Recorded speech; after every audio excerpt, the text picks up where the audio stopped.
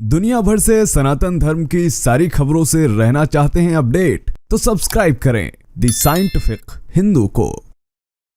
मैं ऐसे ही internet scroll कर रहा था, फिर मुझे एक खबर मिली, सोचा आपको इसके बारे में बताते हैं। दरअसल एक गांव है उत्तर प्रदेश में जिसका नाम है डेहरी। जी हाँ, ये जौनपुर जिले में आता है।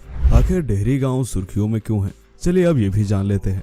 दरअसल यहाँ रहने वाले मुस्लिम परिवारों के लोग अपने नाम के साथ टाइटल में दुबे, ठाकुर, तिवारी, मिश्रा ये सब लगा रहे हैं। और जब इनसे पूछा गया कि आप ऐसा क्यों कर रहे हैं, तो उन्होंने कुछ हैरानी भरा जवाब दिया। दरअसल यहाँ करीब 35 परिवार के मुसलमान रहते हैं। बात तब से शुरू हुई जब यहाँ रहने वाले एक व्यक्ति जिसका नाम नौशाद अहमद था, उसने शादी के निमंत्रण में अपने नाम के आगे दुबे लिख दिया, यानी कि नौशाद अहमद दुबे। नौशाद अहमद दुबे का कहना है कि अपने मूल में जाना कुछ गलत नहीं है। 7 पीढ़ी पहले उनके पूर्वज हिंदू थे। उनके पूर्वज लाल बहादुर दुबे ने इस्लाम को अपना लिया था और फिर वह लाल मोहम्मद बन गए थे। वह अब अपना मूल नाम रख रहे हैं। लेकिन अभी रुकिए, अभी ट्विस्ट तो बाकी है। दरअसल यहाँ जब और लोगों से बात की तो उन्होंने क्या बताया, उसे जानने के बाद आपका रिएक्शन बदलने वाला है। दरअसल डेहरी गाँव में नाम के आगे दुबे, पांडे, ठाकुर ये सब लगाने वाले मुस्लिमों ने सिर्फ और सिर्फ टाइटल ही लगाया है। उन्होंने कहा कि हमने धर्मांतरण नहीं किया है, ना ही हम हिंदू धर्म के अनुसार कोई पूजा पाठ कर रहे हैं, बल्कि हम आज भी नमाज अदा कर रहे हैं। मुस्लिम परिवारों के द्वारा नाम के आगे दुबे, पांडे, ठाकुर, मिश्रा ये सब जब लगाया गया तब ये खबर बन गई।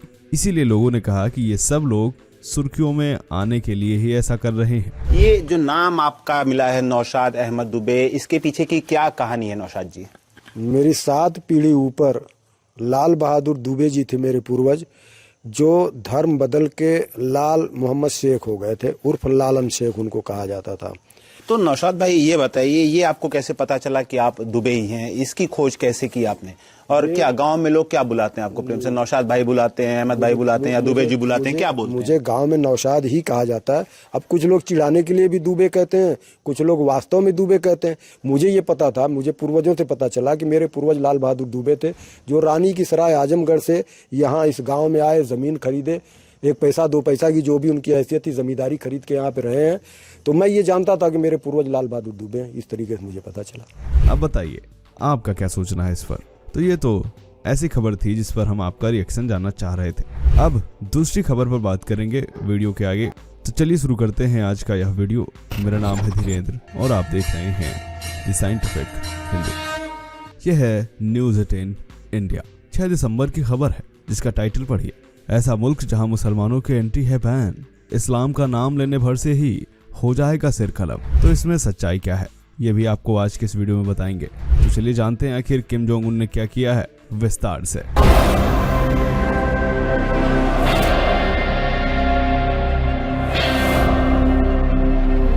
दोस्तों, हम सभी जानते हैं कि देश दुनिया में तमाम ऐसे देश हैं जहां पर इस्लाम पर बैन तो लगा ही हुआ है, लेकिन नॉर्थ कोरिया जहां के किंग, प्रधानमंत्री, राष्ट्रपति सब कुछ एक व्यक्ति है जिसका नाम है किम जोंग उन, वहां पर मुस्लिमों के क्या हालात हैं ये हम आज आपको बताने वाले हैं। दरअसल आधिकारिक तौर पर ही उत्तर कोरिया एक नास्तिक देश माना जाता है। यहाँ पर उत्तर कोरिया का अपना एक धर्म है। किम जोंग उन का कहना है कि आप यहाँ पर अपने धर्म की चीजों का पालन कर सकते हैं, लेकिन दूसरों को दिक्कत नहीं होनी चाहिए।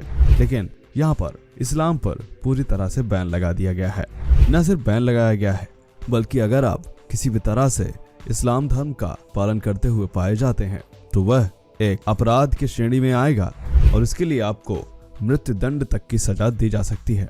रिपोर्ट के अनुसार इस समय किम जोंग उन के देश में 3000 से कम ही मुस्लिम रहते हैं। ना तो इनके लिए कोई मस्जिद बनाई गई है, ना ही इनकी इबादत के लिए कोई जगह दी गई है। हालांकि इनमें से कुछ लोग ईरानी दूतावास के परिसर के भीतर जाकर के एक जगह पर इबादत जरूर पढ़ सकते हैं, और यह ऐसा इसलिए हो पा रहा है क्योंकि इस समय उत्तर कोरिया और ईरान के रिश्ते काफी अच्छे हैं। लेकिन दोस्तों, यह सिर्फ और सिर्फ इस्लाम की ही बात नहीं है। नॉर्थ कोरिया इतना ज्यादा सेंसिटिव देश इसलिए भी है क्योंकि सिर्फ और सिर्फ इस्लाम नहीं बल्कि हिंदू धर्म भी यहाँ पर बैन ही है। लेकिन हिंदू धर्म को लेकर के इस तरह का कोई नियम कानून हमें सुनने को नहीं मिलता है जो कि इस्लाम को लेकर है। इस्लाम को लेकर के यहाँ पर काफी ज्यादा नेगेटिविटी है और कई वेबसाइट्स और रिपोर्ट्स में यह दावा किया जा चुका है कि यहाँ पर कोई भी व्यक्ति यदि खुले तौर पर इस्लाम का प्रचार करते हुए या प्रार्थना करते हुए पाया जाता है तो उसको अपराध की श्रेणी में रखकर उस पर अपराध के मुकदमे चलाए जाते हैं। इसके अलावा यहाँ पर सटीक रूप से किन किन धर्मों की जनसंख्या कितनी है इसके बारे में कोई भी रिपोर्ट सामने नहीं आई है। तो आपका क्या सोचना है इस पर कमेंट करके बताइएगा। मिलते हैं आपसे अगले वीडियो में, तब तक के लिए जय हिंद, जय भारत, वंदे मातरम।